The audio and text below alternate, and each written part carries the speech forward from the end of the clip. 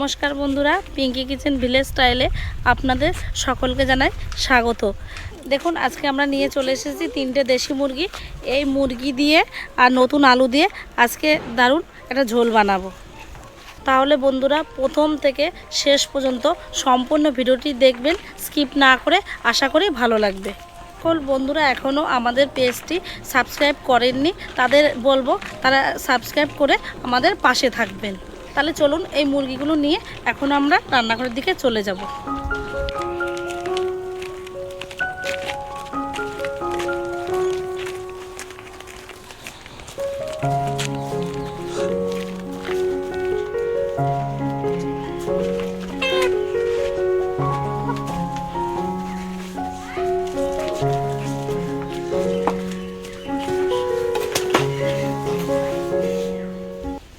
তাহলে দেখলেন আমরা সবাই রান্নাঘরে চলে এসেছি। এবার মুরগিটা কেটে বেছে নেব। তাহলে দেখতে থাকুন, সঙ্গে থাকুন। বাচ্চারা তোদের কিন্তু পেঁয়াজ রসুন ছাড়াতে হবে, সব হাতে পেতে কাজ করতে হবে। শীতের বেলা তাড়াতাড়ি করতে হবে। করবি তো? দেখুন বন্ধুরা, ওই মুরগিগুলো ছাড়িয়ে পরিষ্কার করে কেটে নিয়েছি। কত সুন্দর মাংস হয়েছে। আমার হাতে তো আছে অনেকটাই, এখন আমার ঝুড়িতেও আছে কতগুলো মাংস। আজকে আমরা সবাই ভালো মজা করে খাবো মাংসগুলো। তাহলে এখন আমি মাংসগুলো কেটে নেব। দেশি মুরগি তো শক্ত।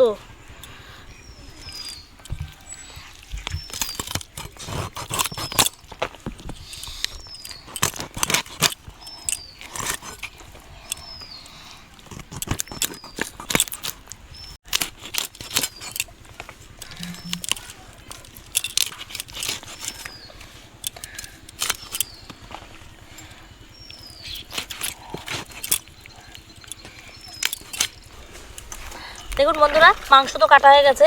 কত মাংস হয়েছে দেখুন, দেশি মুরগি।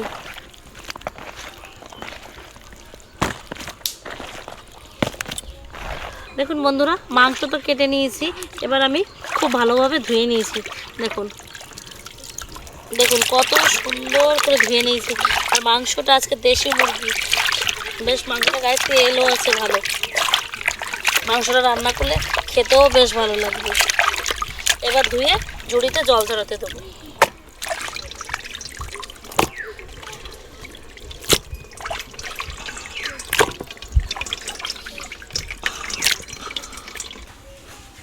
হ্যাঁ বন্ধুরা, দেখো এই যে দেশি মুরগিটা আমরা আজকে রান্না করব, তো এই দেশি মুরগির মধ্যে যদি পেঁপে দেওয়া যায় তাহলে হচ্ছে ভালো সুন্দর গলবে। আর যদি পেঁপে না দেওয়া হয় শক্ত থাকবে। আর যদি প্রেশার কুকারে দেওয়া যায় সেটা হচ্ছে আলাদা ব্যাপার। তাই এখানে তো আমাদের প্রেশার কুকার ব্যবহার করতে পারতেছি না, এই কারণে আমরা পেঁপে দিচ্ছি।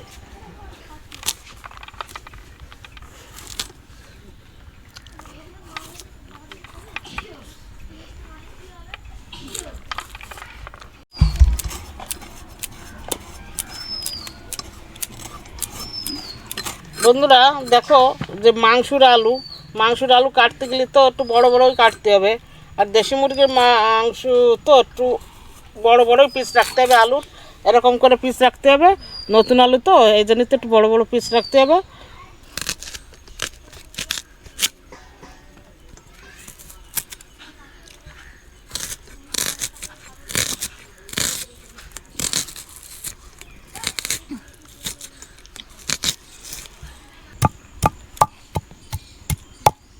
বন্ধুরা দেখো, আমি এখন মশলাগুলো তাড়াতাড়ি বেটে দিচ্ছি। তাড়াতাড়ি বেটে দিই যাতে তাড়াতাড়ি রান্নাটা হয়ে যায়।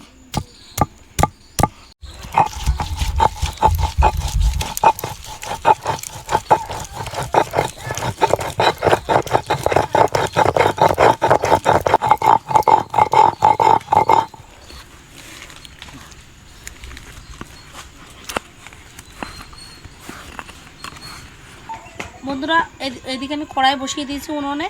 তাহলে আমি আলুগুলো ভেজে নিই। মা ওদিকে মশলা বাটছে, বেটে ফেলব মশলাগুলো।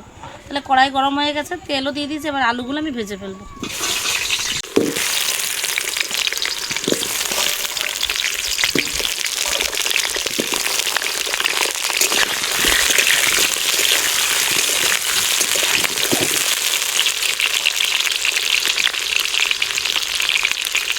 আলুগুলো ভালোভাবে ভাজার জন্য দিয়ে দেবো লবণ,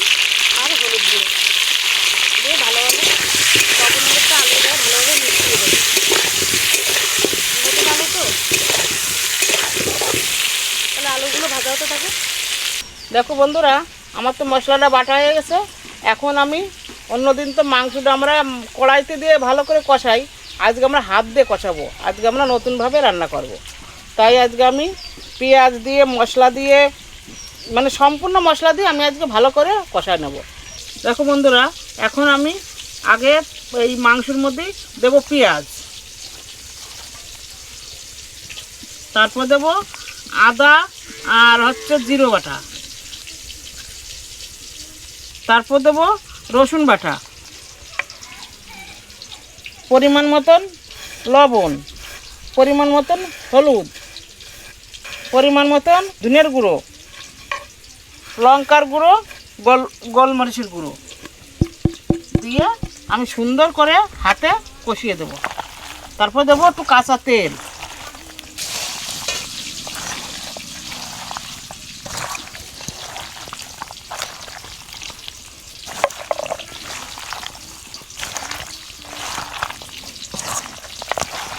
মা তুমি এদিকে ভালোভাবে কষিয়ে নাও মাংসটা, কিন্তু ভালোভাবে মশলা দিয়ে মাংস দিয়ে ভালোভাবে মেখে হাত দিয়ে কষাতে কষাতেই মাংসটা কষানো হয়ে যাবে, অর্ধেক রান্না হয়ে যাবে কষাতে কষাতে।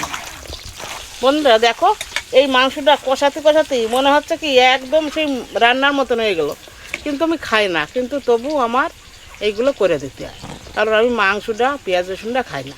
কিন্তু তবু আমি এইগুলো আমার না করে দিলে আমার ছেলে বৌমা নাতি পুতি স্বামী সবাই তো খায়, এই জন্য আমার এগুলো করতে হয়। এইবার দিয়ে দিলাম কাঁচা লঙ্কা,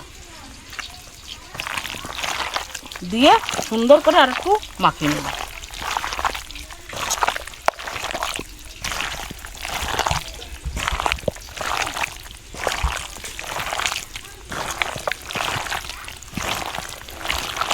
বন্ধুরা, এবার আমার ভালো করে সুন্দর করে কষানো হয়ে গেছে। এবার আমি 10 মিনিটের জন্য ঢেকে দিলাম, ঢেকে রাখবো। দেখুন আলুগুলো কত সুন্দর লাল লাল করে ভাজা হয়ে গেছে, ঠিক এভাবে ভেজে নেবেন, দেখবেন খুবই ভালো লাগবে। এবার তাহলে আমি আলুগুলো এবার তুলে নেব।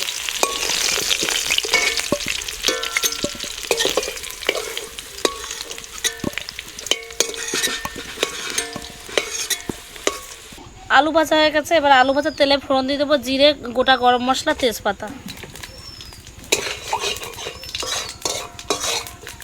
এবার দিয়ে দেবো টুকরো করা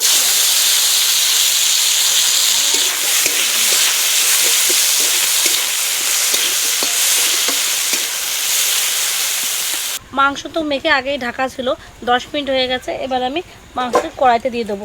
যেহেতু মাংসতে আমার আগে পেঁয়াজ দেওয়া ছিল মাখানো, ওই জন্য অল্প কিছু পেঁয়াজ ফোড়ন দিয়ে আমি ভেজে নিয়েছি।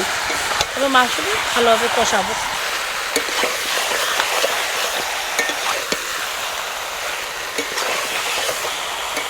অনেক মাংস তো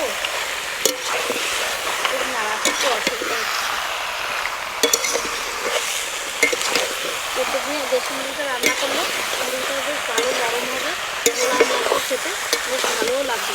এই পেঁপে খাসির মাংসটা দিলে বন্ধুরা, আজকে তো অনেক মাংস দেখুন, আর একসাথে আমরা এত মাংস কমই রান্না করি, কিন্তু আর পেঁপে দিয়েছি মাংসের মধ্যে, মাংসটা খেতেও ভালো হবে আর মাংসটা মোলামও হবে বেশ ভালো। আর এই পেঁপে খাসির মাংসের মধ্যেও দিয়ে দেখবে মাংসটা কত সুন্দর মোলাম হবে। দেশি মুরগি খাসি ভালো লাগবে। আমরাও দিয়েছি এই দেশি মুরগিতে। তাহলে মাংসটা রান্না করে নিই, দেখতে থাকুন শেষ অবধি, আশা করি ভালো লাগবে। বন্ধুরা দেখছেন তো, আমি মাংসটা কষিয়ে নিচ্ছি ভালোভাবে, বেশ ভালো জালও হচ্ছে আমার এই উনুনটিতে। এবার আমি ভেজে রাখা আলুগুলো দিয়ে দেবো মাংসের মধ্যে, দিয়ে ভালোভাবে কষাবো মাংসটা।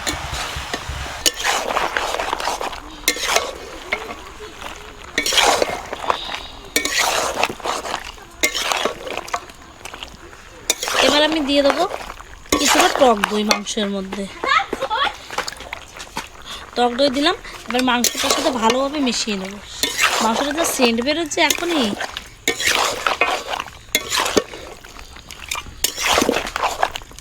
এবার আমি দিয়ে দেবো টুকরো করা টমেটো। টমেটো টক দই দিয়ে এবার মাংসটা আরও ভালোভাবে কষিয়ে নিতে হবে। যত ভালো কষানো হবে মাংসটা খেতে কিন্তু ততটাই স্বাদ হবে। এবার আমি মাংসটা ঢাকনা দিয়ে ঢেকে দেবো। এবার আমি মাংস ঢাকনা দিয়ে খুলে নেব।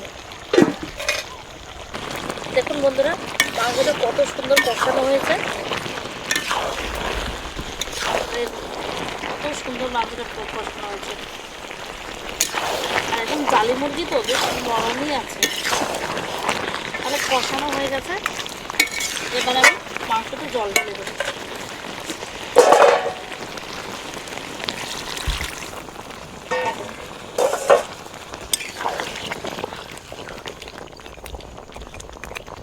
দেখুন মাংসের ঝোল তো ফুটে গেছে, এবার আমি ঢাকনা দিয়ে ঢেকে দেবো। এবার আমি ঢাকনা দিয়ে খুলে দেবো। দেখুন বন্ধুরা, আমাদের মাংসটা কত সুন্দর হয়েছে।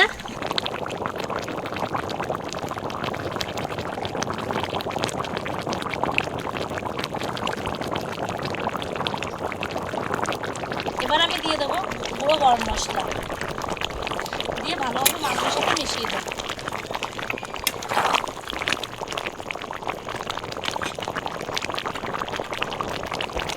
আর দিয়ে দেবো টুকরো করা ধনে পাতা।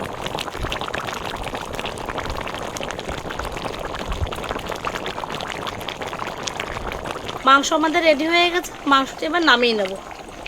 ওরে বাবা, এক গামলা মাংস, দেশি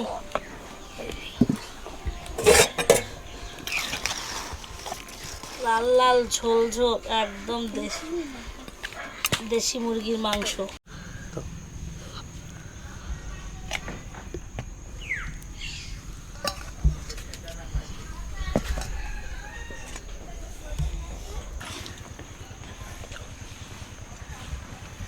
দেশি মুরগির আলু পেঁপে দিয়ে ঝোলটা সেই লেগেছে আমার, সেই জাস্ট অসাধারণ। আপনারাও বাড়িতে এভাবে বানিয়ে খাবেন, খুব সুন্দর হবে, সেই লাগবে। দারুণ, ফাটাফাটি, খুব সুন্দর হয়েছে। হ্যাঁ বলো রান্ধনি পিঙ্কি, বলো এখন কিরকম হয়েছে রান্না? সত্যি বন্ধুরা, আলু নিয়েছি, পেঁপে নিয়েছি, নিয়ে মাখিয়ে গালে দিয়েছি। মাংসটা যে এত সুন্দর হয়েছে, ঠিক আপনারা বানিয়ে খাবেন। যে কোনো মাংসতে আপনারা পেঁপে দিয়ে খাবেন, দেখবেন খুবই ভালো লাগবে। তাহলে কি করতে হবে আপনাদের, এভাবে বাড়িতে বানিয়ে খেতে হবে আর আমাদের সঙ্গে থাকতে হবে। আজকের ভিডিওটা এই অবধি তাহলে আমাদের।